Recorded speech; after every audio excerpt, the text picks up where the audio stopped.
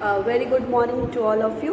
Welcome you all in class 11th economics. So as you know that from the previous few classes we are continuously studying the chapter that is production function. Okay. So in today's class we are going to discuss some we will discuss about the law of variable proportion. Okay. So we will discuss the law of variable proportion with the help of the table and the diagram. So let's get started. Okay. So ये जो topic है, now the topic is law of variable proportion. So law of variable proportion again ये किसके अंदर पढ़ते हैं? Short run production function के अंदर पढ़ते हैं. शॉर्ट रन प्रोडक्शन फंक्शन क्या कहता है? Short run production function says that there should be only one factor variable and other factors remaining the fixed. बस एक फैक्टर ही क्या होगा, वो वेरिएबल होगा और सारे फैक्टर्स हम लोग फिक्स लेंगे. Law of returns to a factor की जिसमें हम लोग बात किए थे, और जो लॉ हम लोग शॉर्ट रन में पढ़ते हैं उस लॉ को बोलते हैं that is law of the variable proportion. उस लॉ को बोलते हैं law of variable proportion. And this law is very important. ये लॉ आपके लिए for whole the life, even in 11th as well as for the future perspective. So this law is very important. तो इसको थोड़ा सा ध्यान से समझिएगा. That is law of the variable proportion. Okay. So law of variable proportion कहता है that the marginal product of a factor input initially rises. जो मार्जिनल प्रोडक्ट होता है, ये थोड़ा थोड़ा आपको डिमिनिशिंग मार्जिनल यूटिलिटी की टाइप का ही लगेगा कि शुरू में मार्जिनल प्रोडक्ट क्या होता है, वो राइज करता है.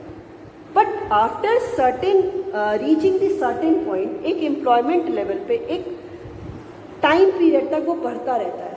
बट एक टाइम पीरियड ऐसा आता है कि वो फॉल करने लगता है, और when it start to fall and it becomes negative also. वो क्या हो जाता है? निगेटिव भी हो जाता है. ठीक है. तो ये क्या सिंपल ही कह रहा था, लॉ वेरिएबल प्रोपोर्शन कहता है कि इनिशियली जो मार्जिनल प्रोडक्ट होता है, marginal product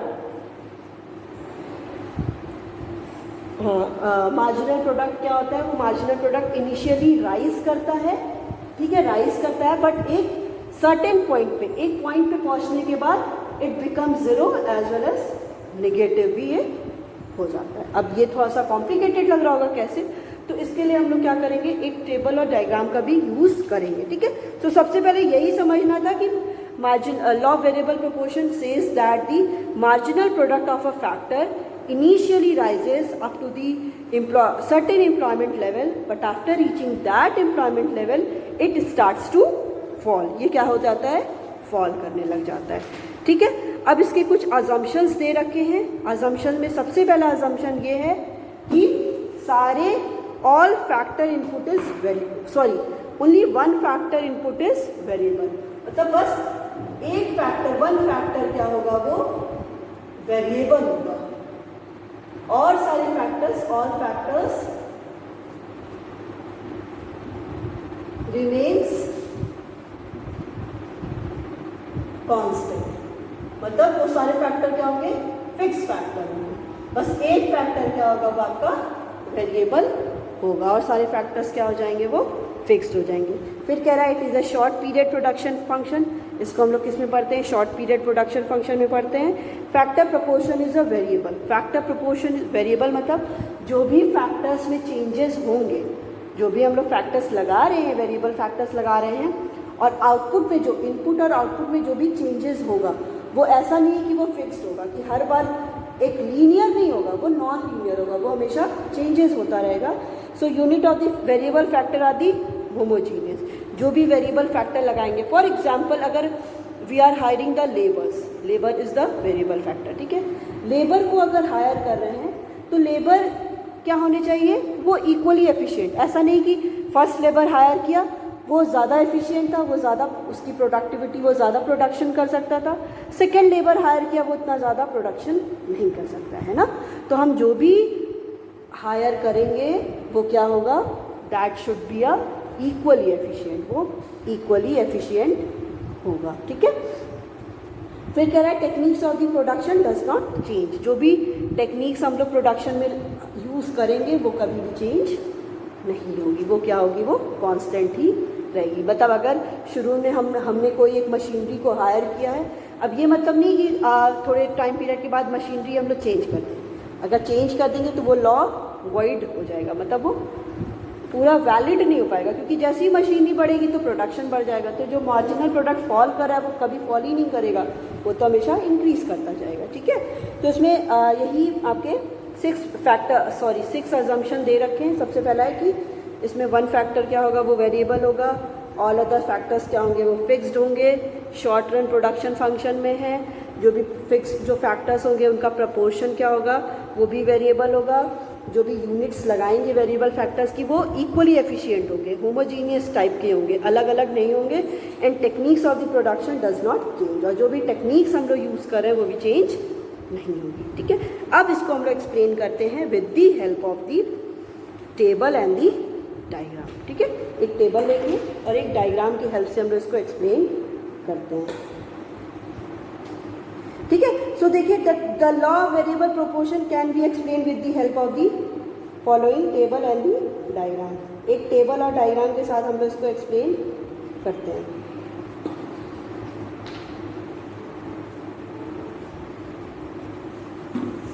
so we need much more space, हमें बहुत स्पेस चाहिए क्योंकि टेबल भी बनाना है और उसका डायग्राम भी बनाना है ना।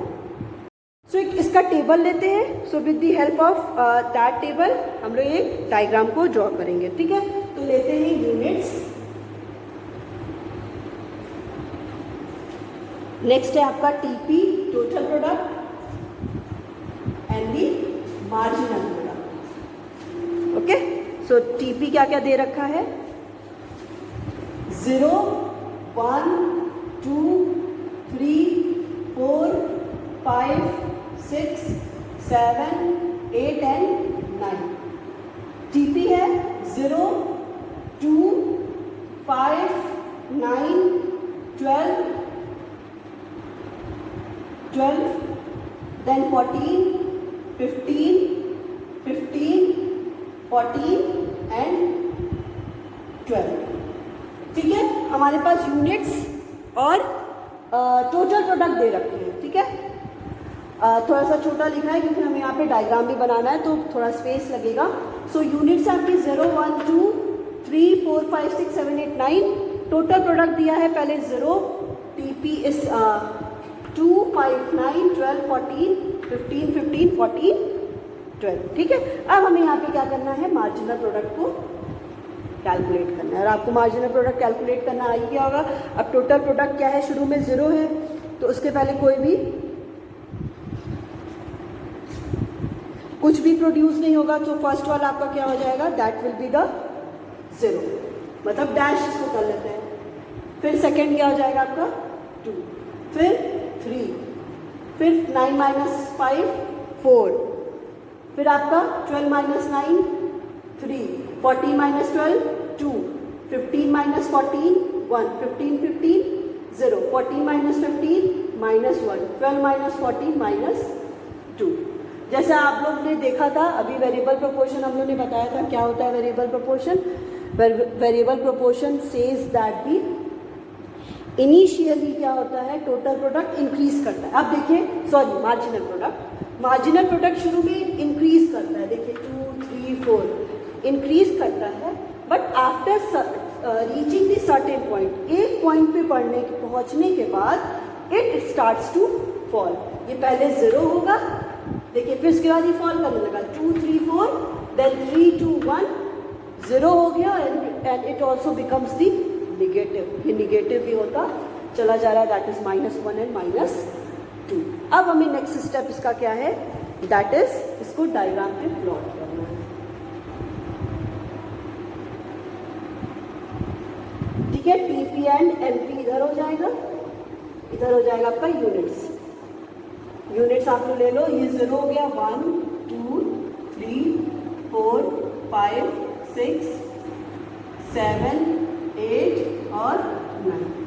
यहाँ पे हो गया आप 2 का गैप ले लीजिए, 2, 4, 6, 8, 10, 12, 14, 16, यहाँ पे ले लेंगे -2 क्योंकि वैल्यूज़ माइनस में भी जा रही है इसलिए माइनस में। बस अब कुछ नहीं करना है, 0 पे 0 तो कुछ नहीं होगा। सो 1 पे 2, 2 पे 5, 3 पे 9, 4 पे 12, 5 पे 14, 6 पे 15, 7 पे भी 15, 8 पे 14, 9 पे 12। ठीक है, अब इसको ज्वाइन कर देंगे।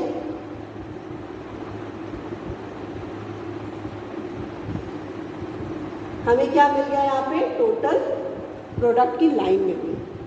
नेक्स्ट है हमें मार्जिनल प्रोडक्ट बनाना है। तो 0 पे ये कुछ भी नहीं है, सो 1 पे 2, यही पॉइंट पे हो जाएगा सेम। देन यस 1 यूनिट पे, 1 यूनिट पे कितना था? 2, फिर 2 यूनिट पे ये हो गया है 5, सॉरी 2 यूनिट पे 3 नॉट 5, 3 पे 4, 4 पे 3, 4 आउट पे 3, 5 पे 2, 6 पे 1, 7 पे 0, 8 पे -1, 9 पे -2। ठीक है, इसको लाइन को ज्वाइन कर देंगे।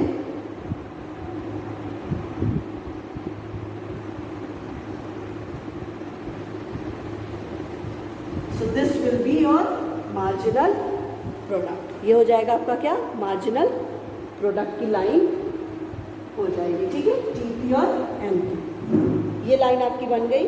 अब इसको देखते हैं, इसको 3 फेज में हम लोग को डिवाइड करना है। कैसे? देखिए, इसमें कह रहा है फेज, सबसे पहला फेज क्या होगा? Stage of the increasing return. Stage 1 increasing return.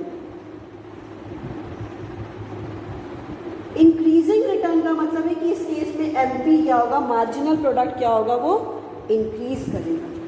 Stage 2 ये क्या होगा आपका? It will be the diminishing return. Diminishing मतलब फॉल करना, डिमिनिशिंग रिटर्न, बिकॉज इस केस में मार्जिनल प्रोडक्ट फॉल करने लगेगी। थर्ड होगा स्टेज 3। इस केस में क्या होता है? It will be your negative return. क्यों? क्योंकि इस केस में marginal product becomes the negative. Marginal product क्या हो जा रहा है? नेगेटिव हो जा रहा है। अब इसको डायग्राम में हम लोग डिवीजन करें। देखिए कहाँ तक? 3 यूनिट तक TP क्या हो रहा है? इंक्रीज कर रहा है, दिस वन।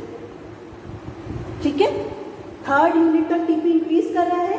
फिर आप देखो 6 तक, यहां तक TP क्या कर रहा है?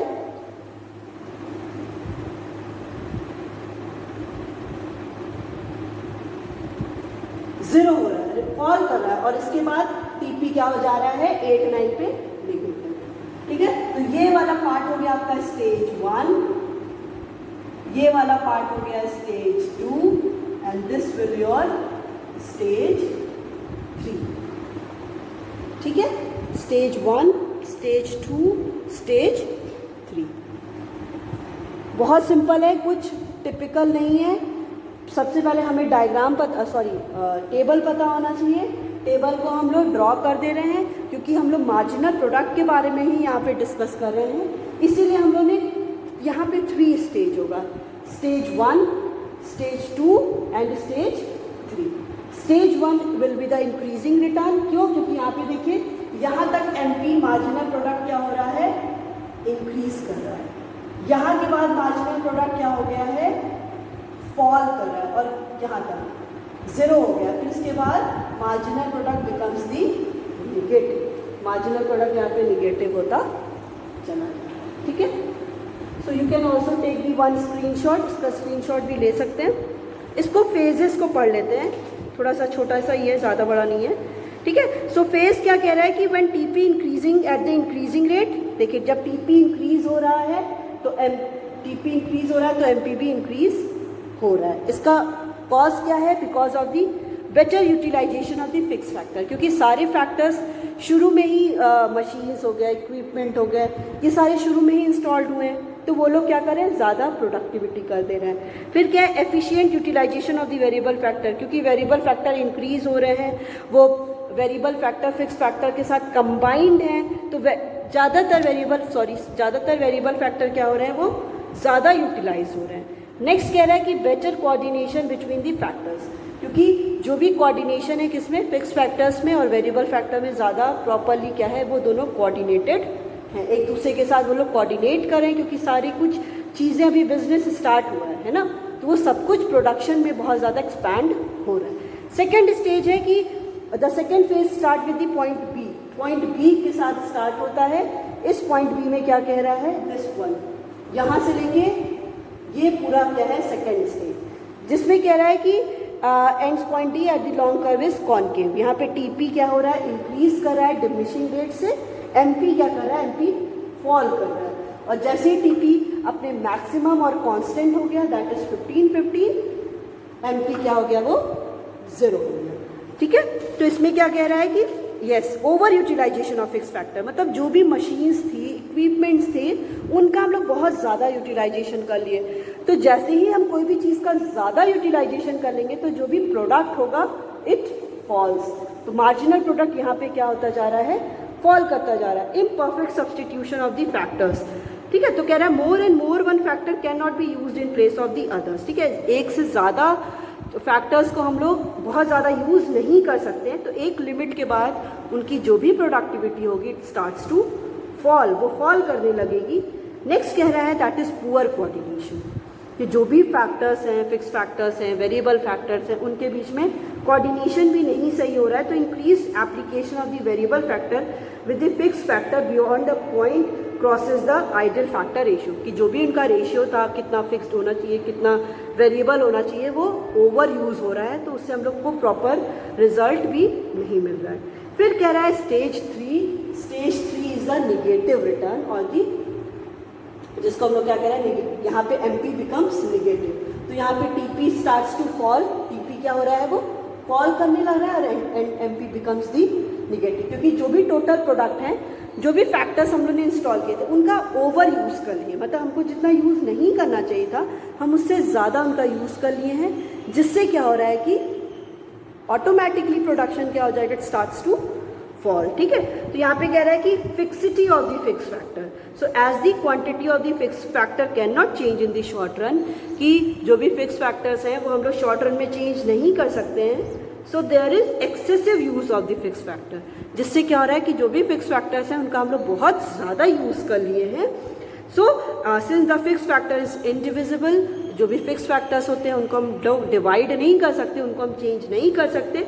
So it can not absorb the increasing quantity of the variable factor, जो भी वेरिएबल फैक्टर कंटिन्यूसली हम लोग इंक्रीज कर रहे हैं तो फिक्स फैक्टर उतना एब्जॉर्ब नहीं कर पा रहे हैं। So quantity of the variable factor become very large, तो जो क्वांटिटी है वेरिएबल फैक्टर की वो बहुत ज़्यादा हो जा रही है as compare to the fix factor. फिर कह रहा है कि overcrowding of the variable factor, मतलब यहाँ पे फिक्स फैक्टर को हम चेंज नहीं कर सकते बिकॉज वो शॉर्ट रन में कांस्टेंट रहते हैं, तो वेरिएबल फैक्टर को इतना ज़्यादा हायर कर लिया है तो वो बहुत ओवर क्राउडेड हो गए हैं, जिससे भी हम लोग का प्रोडक्शन पे वो एक ऑब्स्टिकल हो जा रहा है कि हम लोग एफिशिएंसी को प्रॉपरली वो नहीं किया जा रहा है। फिर कह रहा है कि डिफेक्टिव फैक्टर रेशियो, जो फैक्टर रेशियो था वो भी क्या है? डिफेक्टिव है। So with fixity of the fix factor and the over crowding of the variable factor, की जो भी ओवर क्राउडिंग हो गई है वेरिएबल फैक्टर की, सो फैक्टर प्रोपोर्शनेट बिकम लेस, तो जो भी उनका फैक्टर प्रोपोर्शनेट था, हम लोग बोले थे ना कि फैक्टर जो भी प्रोपोर्शन होगा वो इक्वल होगा, जिस प्रोपोर्शन में हम लोग लेंगे तो वो क्या हो जा रहा है? लेस हो जा रहा है, and it will be the less production and MP becomes the negative, और एमपी क्या हो जा रहा है? निगेटिव हो जा रहा है। सो जैसा रिलेशन हम लोग ने टीयू एंड एमयू का पढ़ा था, सेम रिलेशन हम लोग टीपी एंड एमपी का भी पढ़ेंगे कि when the TP increases with the increasing rate, MP also increases, MP भी क्या हो रहा है? इंक्रीज हो रहा है। So when TP increases with the diminishing rate, TP increase तो हो रहा है बट उसका रेट क्या है चेंज होने का, वो फॉल कर गया है, तो MP starts to fall.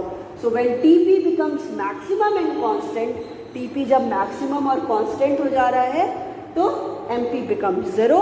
When TP starts to fall, TP जब फॉल करने लग रहा है तो MP becomes the negative. So this is all your relation between the TP and MP and the law of the variable proportion. यही होता है law of variable proportion. So TP is equal to summation of MP. AP is equal to TP upon units and marginal product is equal to TPn minus TPn minus 1. So ये बहुत ज़्यादा important है, इसको याद रखिएगा कि ऐसे values कभी कभी मिस रहेंगे और आपको कैलकुलेट करने को भी आ सकता है. So TP is equal to the summation of the MP, AP is equal to TP by units, MP is equal to TPn minus TPn minus 1. So after that, log the variable proportion. So there are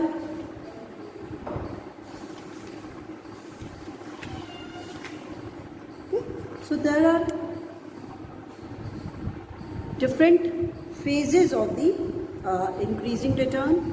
As we know that the increasing return, diminishing return and the negative return. ठीक है, तो इसमें आपको पता है कि increasing return में हम लोग यहाँ ये जो है लॉ वेरिएबल प्रोपोर्शन वो किस केस में पढ़ रहे हैं, we are discussing in the short run. Okay, so short run में आपको पता है कि सारे एक फैक्टर वेरिएबल होता है और सारे फैक्टर्स हम लोग कांस्टेंट रखते हैं. तो Q is the function of x1 and x2.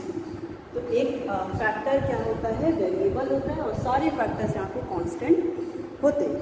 ठीक है, तो फेज ऑफ इंक्रीजिंग रिटर्न का मतलब क्या हो गया, जब शुरुआत में आपको याद होगा कि TP आप देख रहे होंगे इसके पहले वाले उसमें TP क्या होता है, वो TP इनिशियली राइज करता है. ठीक है, सो 2, 5, 9, 14 आप कंटिन्यूसली देख रहे थे TP इंक्रीज कर रहा था. और MP भी क्या होता है, इनिशियली MP ऑल्सो इंक्रीजेज. जहाँ से आपने टेबल में देखा था ना कि TP इंक्रीज हो रहा था 2, 5, 9, 12 और MP भी इंक्रीज हो रहा था 2, 3, 4. तो ये क्या होता है, it is the increasing return. इसी को हम लोग क्या बोलते हैं, इंक्रीजिंग रिटर्न बोलते हैं. ठीक है, okay. So Q is the function. Yes, so with an increase in employment of one input, जैसे हम लोग एक इनपुट को एम्प्लॉयमेंट प्रोवाइड करते हैं, सो अदर फैक्टर हेल्थ दी कॉन्स्टेंट. सारे फैक्टर्स को कांस्टेंट रखते हैं क्योंकि यहाँ पे फिक्स्ड और वेरिएबल दोनों लेके चलते हैं. सो इफ़ MP राइजेज और TP increases at the increasing rate, यहाँ पे MP भी और TP भी दोनों ही क्या हो रहा है, वो इंक्रीज कर रहा है. नेक्स्ट आता है phase of the diminishing returns. Phase of